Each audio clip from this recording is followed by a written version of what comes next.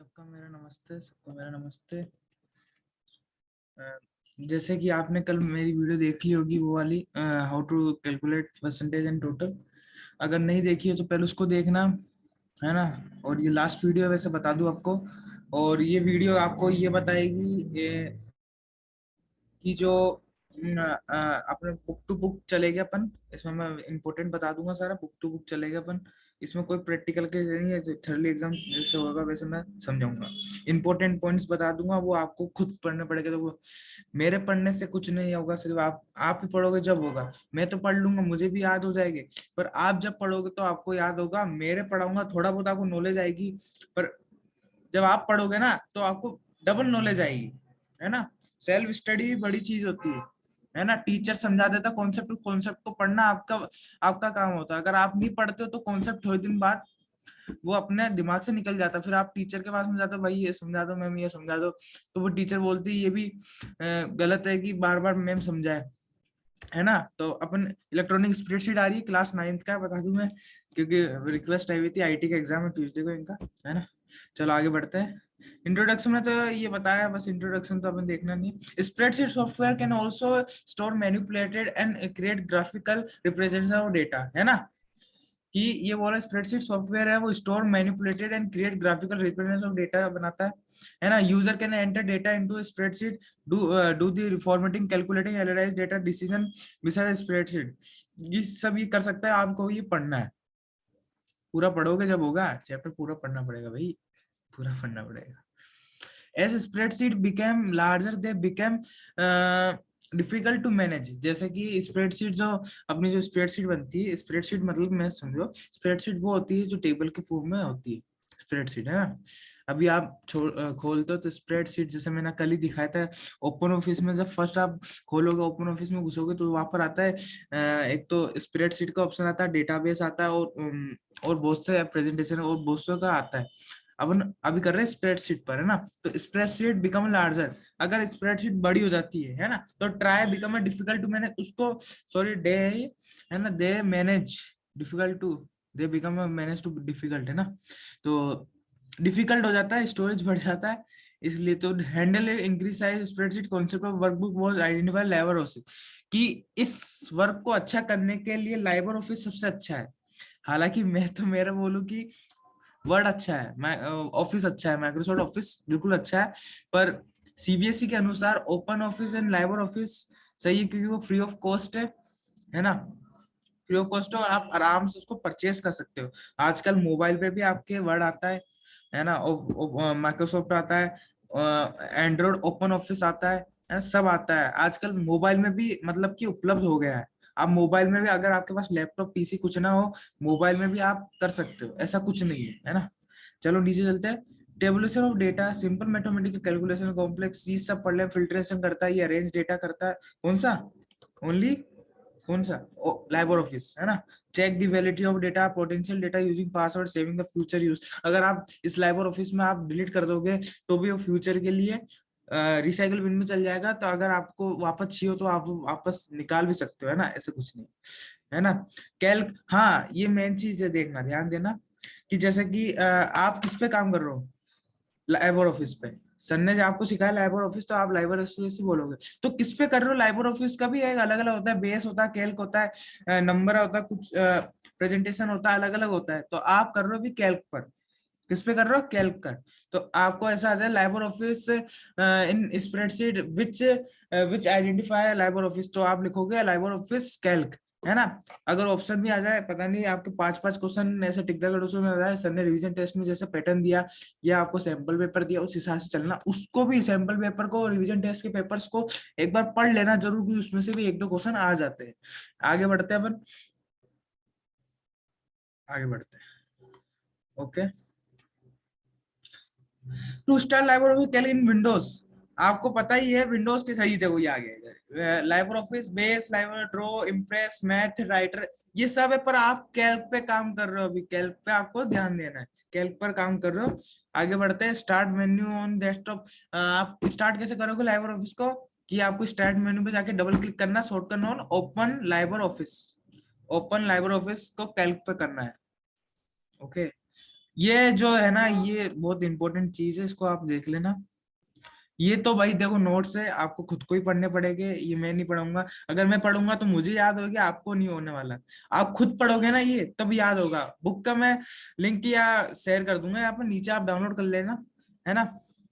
तो आप देख लेना, इसका पेज नंबर 109 से चालू हो रही है, 109 से लास्ट पेज नंबर 189 तक ये पूरा आ रहा है आपके अभी टर्म 2 के कोर्स में, क्लास 9 के, है ना।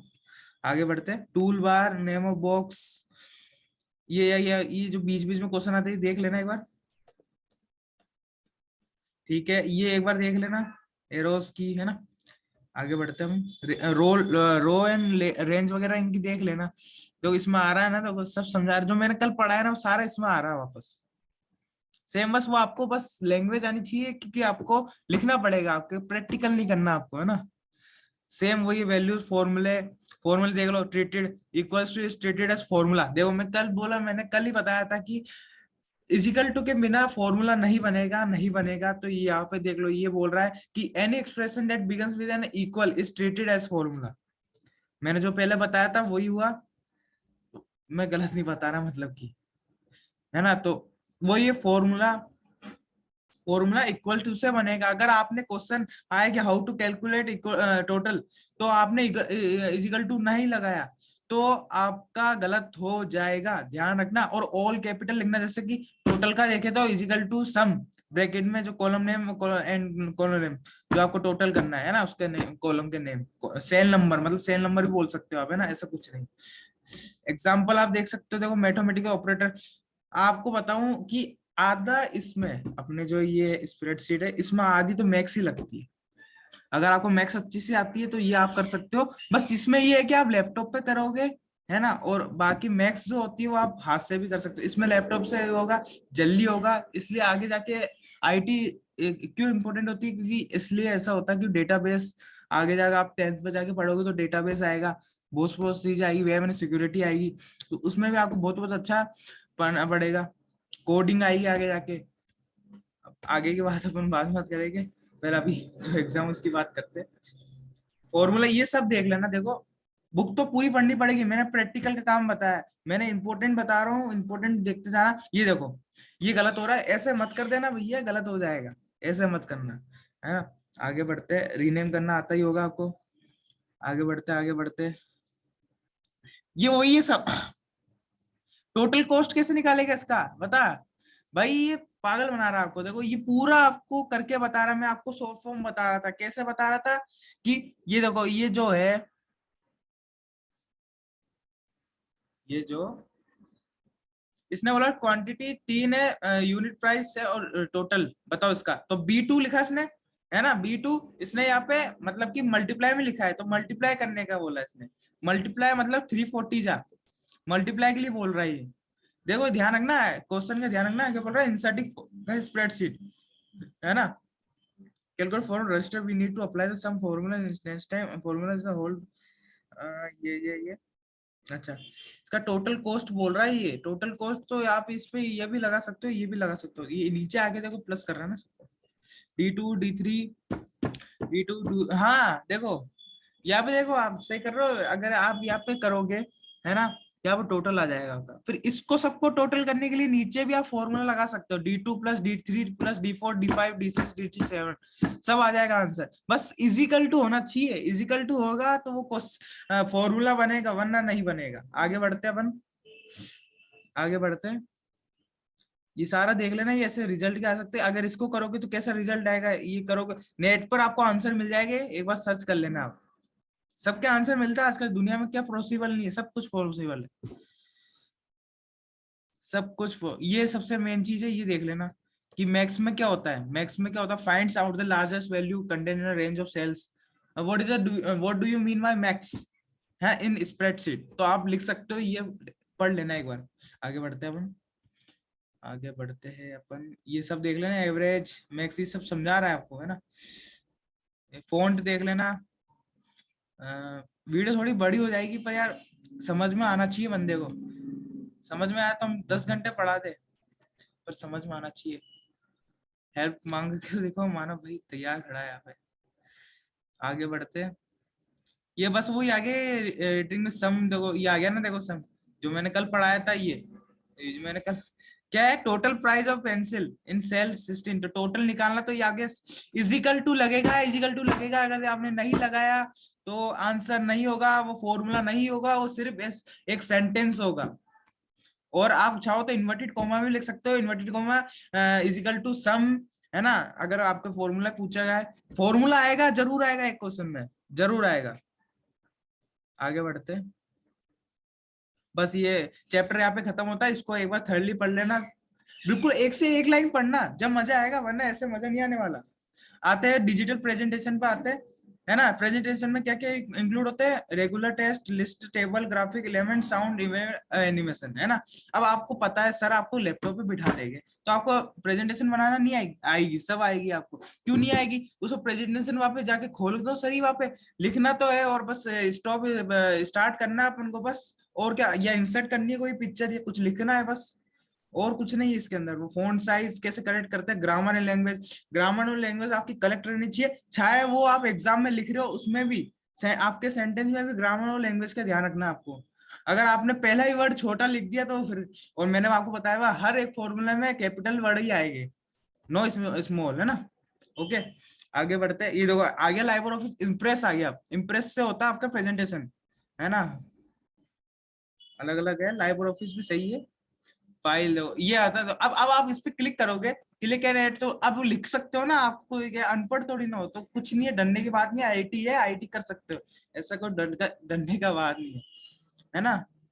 कोई डरने की बात नहीं है, हिचकाना मत, जो आता है वो लिखना, भगवान पे भरोसा रखना, मेरे पे भरोसा रखना, और मेरी वीडियो पे भरोसा रखना, बस मैं तैयार खड़ा हूँ। कुछ भी डाउट हो नीचे कमेंट सेक्शन में लिख दीजिए, बिना कोई हिचकाए कमेंट सेक्शन में लिखा भाई मुझे समझ में नहीं आया, मैं वहां पे वीडियो बना दूंगा, पर बस बताना, ये नहीं आपको डाउट रह जाओ एग्जाम देने चल जाओ।